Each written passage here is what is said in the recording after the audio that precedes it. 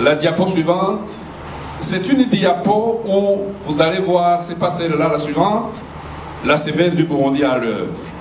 Elle fait peur, pourquoi? Et tout le cortège de malheurs que nous vivons pendant les conflits violents. Mon exposé, je vais être bref. Fosse commune. Là, ce sont les ossements humains trouvés dans des fosses communes. La vérité du passé caché peut sortir. L'administration nationale. La vérité sort aussi des veuves qui parlent, des témoins qui parlent, des jeunes. Bref, les populations vulnérables, tous les citoyens participent. Participent et des enfants, des jeunes, parce que les premières victimes des conflits, des guerres, ce sont les femmes qui sont au combat. Les maris vont au combat, ils sont tués. Et quand je dis participation des femmes, des filles, c'est pour que ces femmes donnent à qui elles peuvent faire confiance. Je le souligne avec insistance. Une femme ne peut pas parler avant des femmes qu'on a violées, qui ont connu des grossesses forcées ici. Elles ont mis au monde, plus d'être au monde. Parce que la connexion, amour, mettre au monde, c'est une connexion dont je vais dire 2 ou 3 choses, peut-être pour que, s'il y a des questions, nous puissions en parler. Il y a ce que le regard empathique sur les voisins qui ont également souffert des conflits.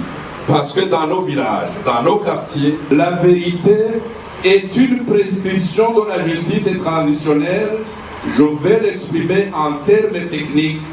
Lorsque vous êtes moi et mon futur, mais la paix que nous cherchons, ou la paix qui nous fait quitter la mémoire parallèle, moi, et qui nous fait évoluer vers la mémoire partagée, moi et les autres. On s'enferme dans une coquille et tous les discours des politiques ne passent pas. C'est pourquoi, dans nos pays... de notre conférence, et aussi remercier Madame la commissaire et toutes les délégations qui sont venues de l'Afrique dans cette conférence. Et également, je remercie les panélistes d'aujourd'hui, elles étaient très performantes. Souhaitant que demain, nous allons reprendre encore avec la même dynamique sur l'implication des femmes dans le processus de prévention et de médiation, de consolidation de la paix en Afrique centrale. Ce que j'ai retenu que nous devons nous-mêmes construire notre table, comme les hommes ne veulent pas nous approcher. Nous allons finalement, nous les femmes, chacune dans son pays, construire sa table dans nos structures et nous allons ensemble voir comment on va redémarrer pour l'année 2022.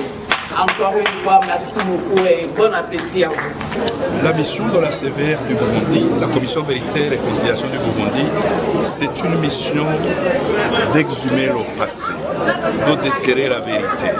Pour une raison simple, mon pays, le Burundi, a connu des crises violentes et répétitives qui ont fauché de nombreuses familles, qui ont fait des veuves et des orphelins, qui ont dépouillé des familles de leurs biens, des maisons, des véhicules. Mesdames et messieurs, on reprend le même dispositif que le matin, qu'à midi. À travailler sur ce passé douloureux. Le protocole est prié la vérité de conduire ses excellences.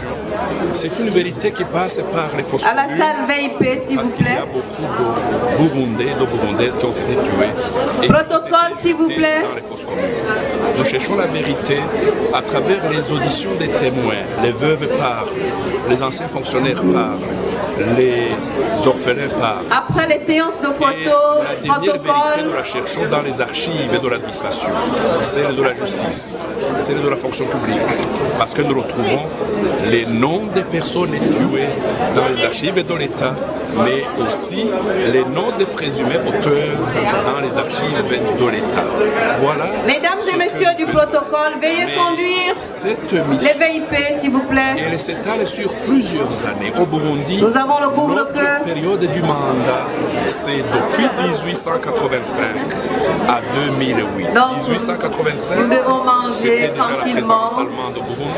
Continuer Après, la présence discussion belge au Burundi. à table. Après, c'est les premières années de l'indépendance et les premiers gouvernements, les premiers régimes militaires. Par exemple, aujourd'hui, nous travaillons sur la crise de 1972. Sous la Première République, le Burundi a perdu beaucoup de citoyens, beaucoup de citoyennes. Après, nous allons travailler sur d'autres crises parce que nous en avons beaucoup. 1988, nous avons connu notre crise.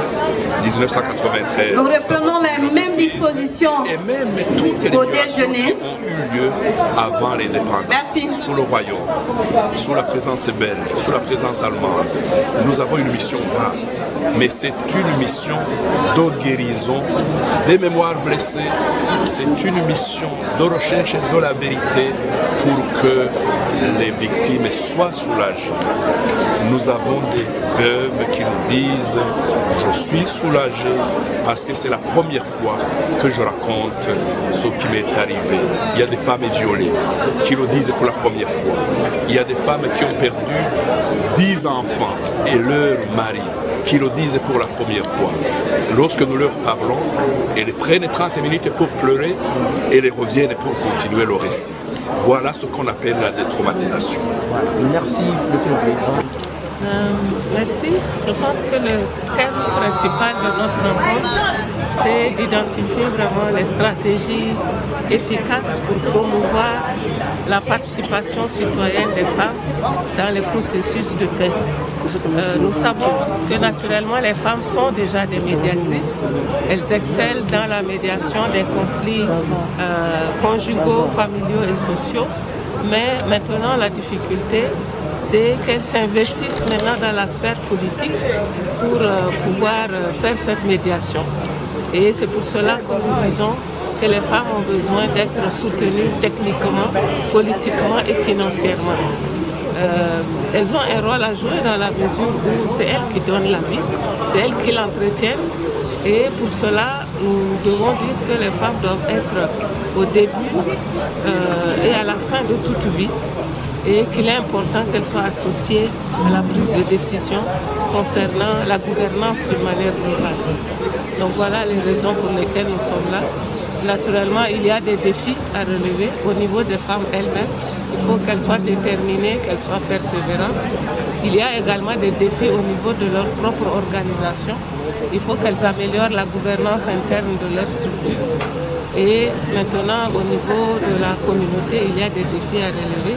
C'est de rassurer les hommes qu'elles sont capables de participer également dans la résolution des conflits, en développant par exemple des attitudes qui vont dans le sens de la discrétion par exemple. Parce que si on veut faire la médiation, on écoute les préoccupations des deux parties. Mais si on n'est pas discrète et qu'on va dire ou raconter ce qu'on a écouté, eh bien ça viole un peu les principes de la médiation. Et nous disons que nous avons du travail à faire sur nous-mêmes avant de dire qu'on va agir sur la communauté pour la rassurer. Et de ce fait, les hautes autorités vont faire confiance aussi aux femmes et les associer au processus de négociation.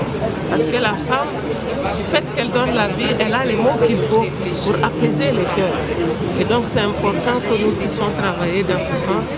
Et la grande solution que cette conférence va identifier, c'est la mise en réseau de toutes les médiatrices qui ont été identifiées au niveau de l'Afrique centrale. Et de cette façon, on sera un peu plus forte tout ensemble. Merci. Bien, merci beaucoup, monsieur le journaliste. Je suis venue représenter la Commission nationale électorale indépendante à ces forums, ces sommets ou bien cette, comment on appelle, cette réunion cette conférence régionale des femmes de l'Afrique centrale par rapport à la question de la paix et sécurité. Et la CENI, comme vous le savez, c'est l'organe de gestion des élections. Et en tant que tel, les femmes ont un très grand rôle à jouer pendant 3 périodes ou 3 moments forts. La période préélectorale, la période électorale et la période post-électorale. Et j'avais aussi voulu passer les messages pour dire que la loi du 3 juillet 2021, la loi portant organisation et fonctionnement de la CENI, dispose de la participation de la femme et aussi faire passer les messages que le président de la République, le président Antoine Félix Tshisekedi, a fait de la question de la paix et de la sécurité son cheval de bataille conformément à la Constitution de la République et aux lois et autres politiques, notamment le plan d'action national de la résolution 1325 qui dispose de la participation de la femme dans l'un de ses piliers. La femme qui participe comme candidate et électrice, et aussi la femme participe comme observatrice et comme médiatrice.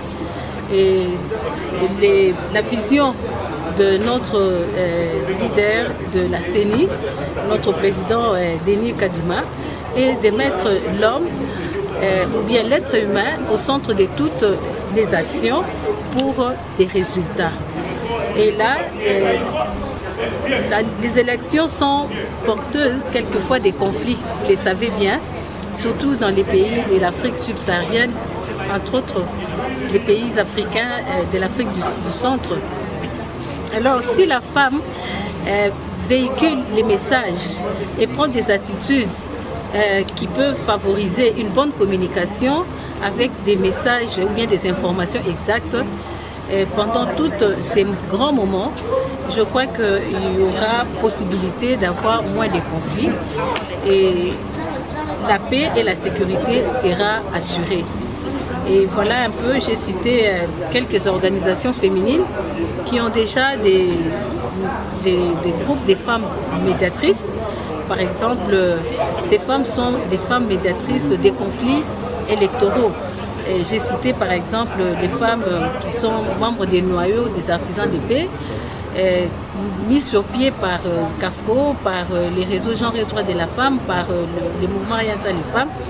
Voilà un peu, c'est ça que j'avais voulu passer comme message dans Momo et insister sur le fait que la feuille de route que la CENI vient de se doter, comme vous le savez, après notre séminaire d'imprégnation, porte ou bien prend en charge la question du genre et élection, où nous allons développer les cadres de concertation pour des dialogues fructueux et avec toutes les parties prenantes, afin que notre processus électoral d'ici 2023 soit un processus avec beaucoup de succès et qui sera entaché de beaucoup de succès.